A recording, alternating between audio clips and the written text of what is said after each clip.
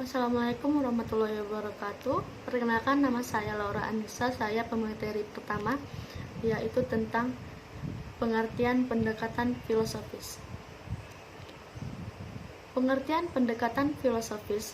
Kata filosofis berasal dari kata filsafat dari bahasa Yunani, filosofia, yang terdiri atas dua kata, philos artinya cinta atau philia persahabatan, tertarik, kepada, dan sophia berarti hikmah. Hikmah kebijaksanaan, pengetahuan, keterampilan, dan pengalaman praktis, integrasi. Plato menyebut Socrates sebagai filosof dalam pengertian pecinta kebijaksanaan. Kata filsafat berasal dari bahasa Arab yang berarti pencarian yang dilakukan oleh para filosof. Dalam Kamus Bahasa Indonesia, kata filsafat menunjukkan pengertian yang dimaksud, yaitu pengetahuan dan penyelidikan dengan akal budi mengenai hakikat segala yang ada, sebab asal dan hukumnya. Manusia filosofis adalah manusia yang memiliki kesadaran diri akal, sebagaimana ia juga memiliki kejiwaan yang independen dan bersifat spiritual. Dan pengertian filsafat yang umum digunakan orang-orang, yaitu pendapat dari Sidi Ghazalba. Menurut filsafat adalah berpikir secara mendalam, sistematik, radikal, dan universal, dalam rangka mencari kebenaran inti, hikmah atau hakikat mengenai segala sesuatu yang ada. Menurut yang dikenal sebagai bapak filsafat modern, filsafat baginya adalah merupakan kumpulan segala pengetahuan di mana Tuhan, alam, dan manusia menjadi pokok penyelidikan Sidi Ghazalba. Dalam agama kita mengajarkan sholat berjamaah, tujuannya antara lain agar seseorang merasakan hikmahnya hidup secara berdampingan dengan orang lain. Mengajarkan berpuasa, misalnya agar seseorang dapat merasakan lapar dan menimbulkan rasa iba kepada sesama hidup serba kekurangan, dan berbagai contoh lainnya. Dalam Islam ada dua inti dari segala sesuatu, yakni sesuatu yang bersifat ketuhanan atau ilahi yang bersumber dari Al-Quran, As-Sunnah, dan berbagai kitab Allah lainnya yang bersifat mutlak. Dan yang kedua adalah bersifat kemanusiaan atau insani, berbentuk fik atau pemahaman manusia, kesan di otak manusia yang muncul dari berbagai teks yang dibaca dan alami pengalamannya atau latar belakang pendidikan, ekonomi, sosial, psikologi, dan lain sebagainya.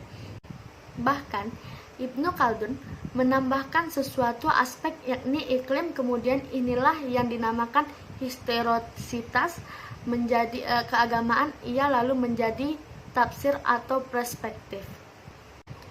Filsafat sebagai pendekatan keilmuan setidaknya ditandai antara lain dengan 3 ciri, yaitu yang pertama, kajian. Kajian ini ditelaah dan penelitian filsafat selalu terarah kepada pencarian atau perumusan ide-ide dasar atau gagasan yang bersifat mendasar fundamental terhadap objek persoalan yang dikaji. 2. Pengenalan.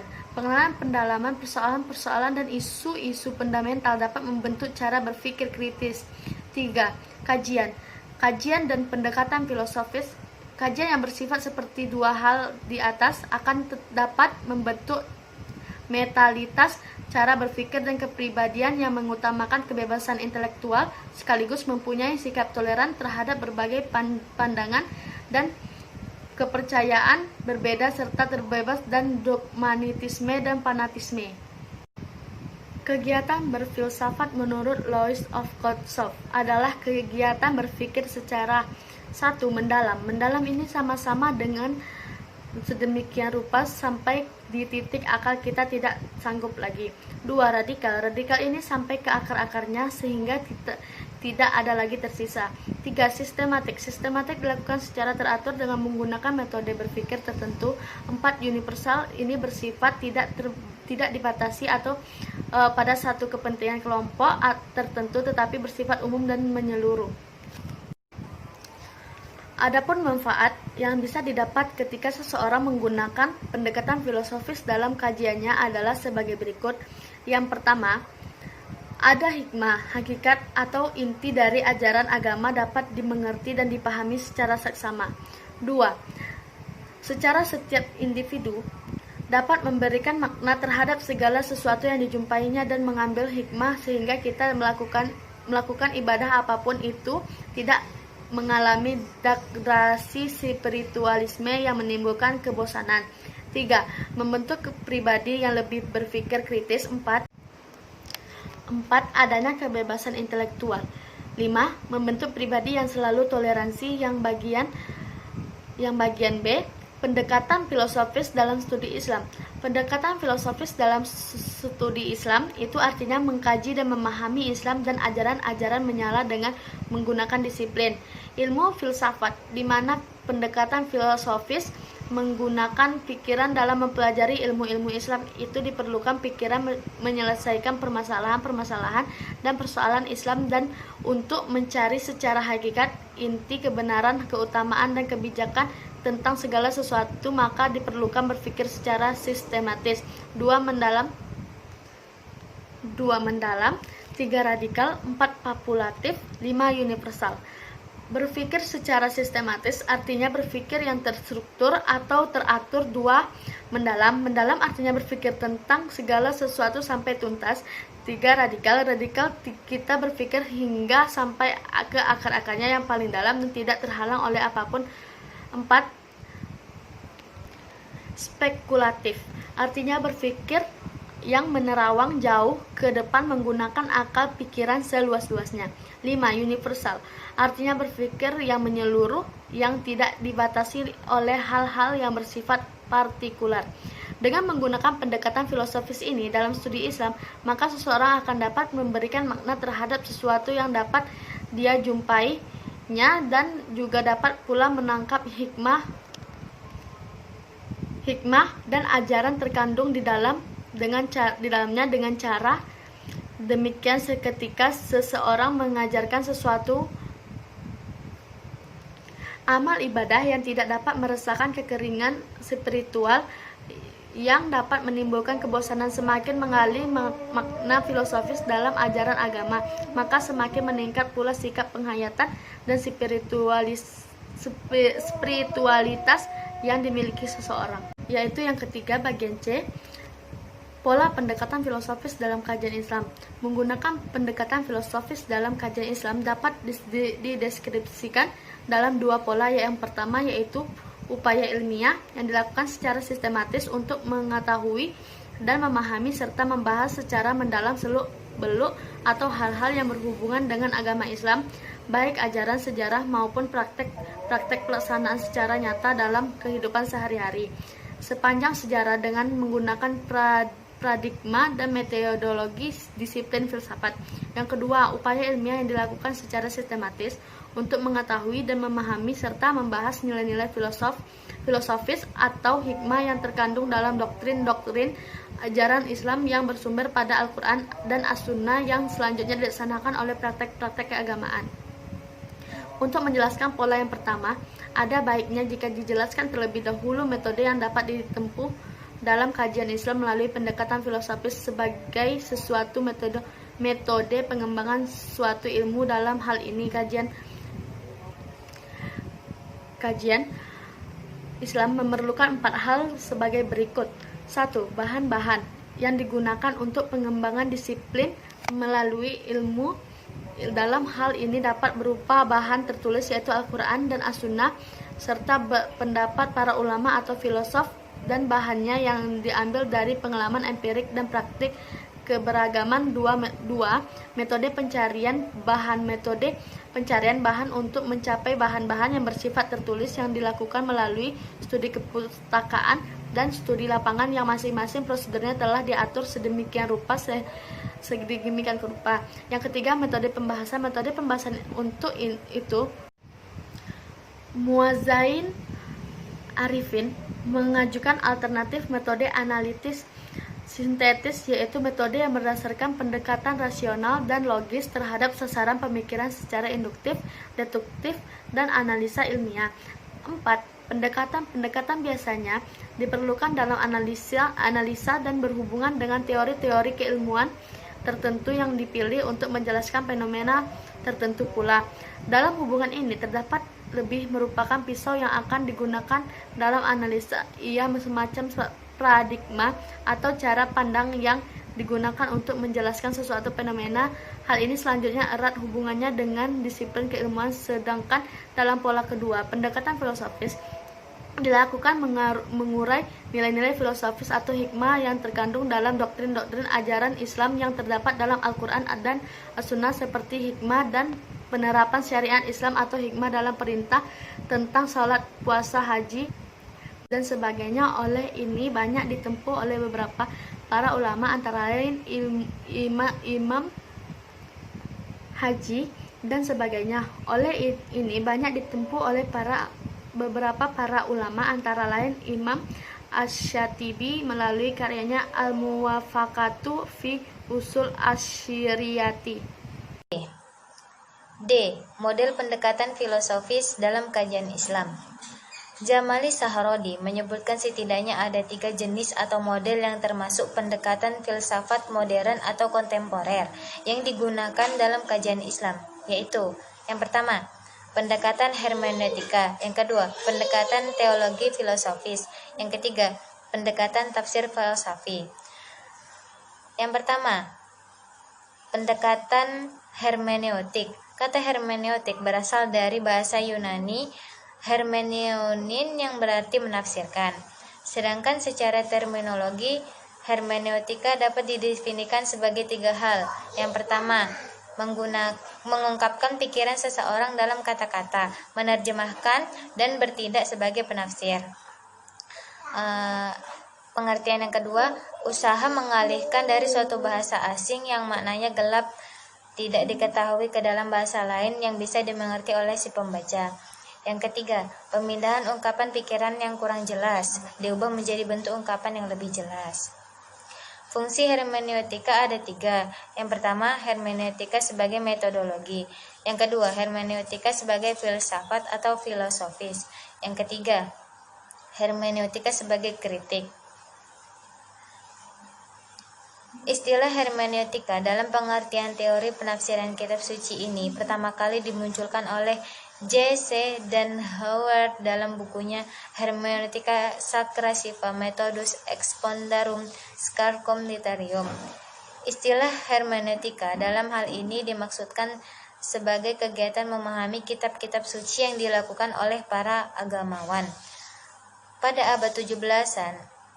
Meskipun sebenarnya kegiatan penafsiran dan pembicaraan tentang teori-teori penafsiran, baik itu terhadap kitab suci, sastra maupun bidang hukum, sudah berlangsung sejak lama. Dalam agama Yahudi misalnya, tafsir terhadap teks-teks Taurat dilakukan oleh para ahli kitab, yaitu mereka yang membaktikan hidupnya untuk mempelajari dan menafsirkan hukum-hukum agama yang dibawa oleh para nabi. Yang pendekatan yang kedua, yaitu pendekatan teologis filosofis. Kajian keislaman dengan menggunakan pendekatan teologi filosofis bermula dari kemunculan pemahaman rasional di kalangan mutakallimin atau ahli kalam di kalangan umat Islam, yaitu mazhab Mu'tazilah. Mu'tazilah menyodorkan konsep-konsep teologi ilmu kalam dengan berbasiskan metodologi dan epistemologi disiplin filsafat Yunani yang pada saat itu tengah berpenetrasi dalam perkembangan intelektual dunia Islam. Yang pendekatan yang ketiga, yaitu pendekatan tafsir falsafi. Al-Zahabi sebagaimana dikutip Jamali Sahrodi menjelaskan bahwa tafsir falsafi adalah penafsiran ayat-ayat Al-Quran berdasarkan pendekatan-pendekatan filosofis, baik yang berusaha untuk mengadakan sintesis dan sintesis antara teori-teori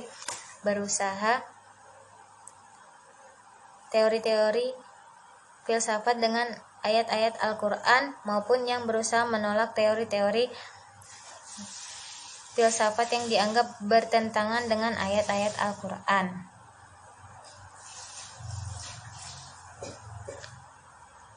Ibnu Sina adalah salah satu contoh tokoh yang berkecenderungan tafsir jenis ini ketika menjelaskan ayat-ayat Al-Quran.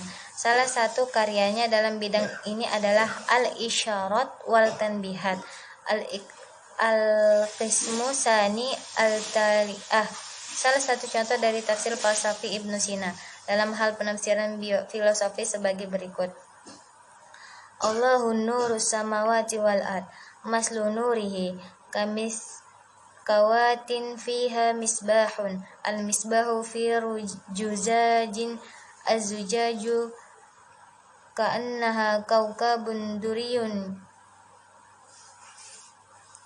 yuqadu min syajaratin mubarakatin zautunani la syarqiyatin wala gharbiyatin yakadu zayyunha yudhi'u walau lam tamsashu nurun ala nurin yahdillahu li nurihi man yasha wa yadribu Allahal amsala linnas wallahu bikulli syai'in alim.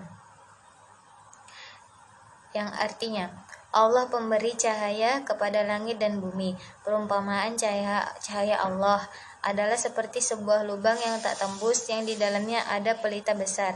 Pelita itu di dalam kaca, dan kaca itu seakan-akan bintang yang bercahaya seperti mutiara, yang dinyalakan dengan minyak dari pohon yang bercahaya, yaitu pohon zaitun yang tumbuh tidak di sebelah timur sesuatu dan tidak pula di sebelah baratnya, yang minyaknya saja hampir-hampir menerangi, walaupun tidak disentuh api. Cahaya di atas cahaya berlapis-lapis. Selain 3 model pendekatan filsafat dalam kajian Islam yang telah disebut di atas, tasawuf filsafi juga disebut sebagai disiplin kajian pendekatan filsafat. Tasawuf falsafi atau biasa juga disebut tasawuf nazhari merupakan tasawuf yang ajaran-ajarannya memadukan antara visi mistis dan visi rasional sebagai pengasasannya. Tasawuf filsafi menggunakan terminologi filosofis dalam pengungkapannya. Pendekatan filosofis dalam kajian Islam.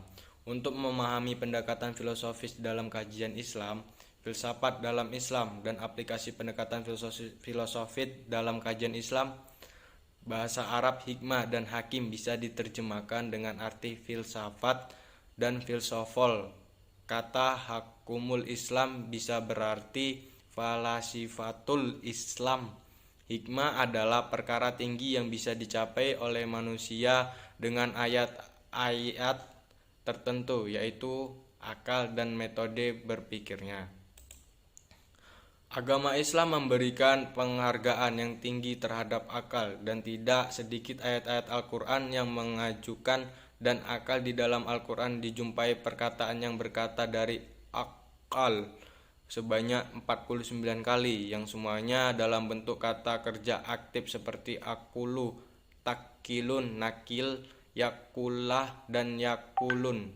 Dan masih banyak lagi perbuatan berpikir yang ada di dalam Al-Quran. 2. Aplikasi pendekatan filosofis dalam kajian Islam. Untuk membawa pendekatan filosofis dalam tertera aplikasi, kita dapat lepas dari pengertian pendekatan filosofis yang bersifat mendalam, radikal, sistematik, dan universal, karena sumber pengetahuan pendekatan filosofis adalah resiko. Maka untuk melakukan kajian dan pendekatan ini, akal mempunyai peran yang sangat signifikan. Yang pertama, filsafat mencari sesuatu yang berdasarkan asal dan inti yang terdapat di balik yang bersifat lahiriah. Sebagai contoh yang berbeda, tetapi semua rumusan arti intinya adalah sebagai tempat tinggal. Yang kedua, menurut Asy'ari filsafat Islam dapatlah diartikan sebagai kegiatan pemikiran yang bercocok Islami. Islam di sini menjadikan jiwa yang mewarnai suatu pemikiran. Filsafat disebut Islam bukan karena yang melakukan aktivitas kefilsafatan. Muhammad Arjuwajid. Pendekatan filosofis dalam kajian Islam berusaha mengungkapkan hikmah yang terdapat di balik ajaran-ajaran agama Islam. Agama Islam misalnya mengajarkan agar melaksanakan sholat berjamaah. Kedua, yang terakhir, secara kontekstual, hadis ini memberikan pengertian adanya larangan melukis atau bisa disebut makhluk yang bernyawa. Bahkan para imam mazhab sepakat akan khamarnya menggambar, memanjangnya, dan menjual. Kesimpulan ini bisa dipahami karena banyaknya riwayat mengenai masalah tersebut.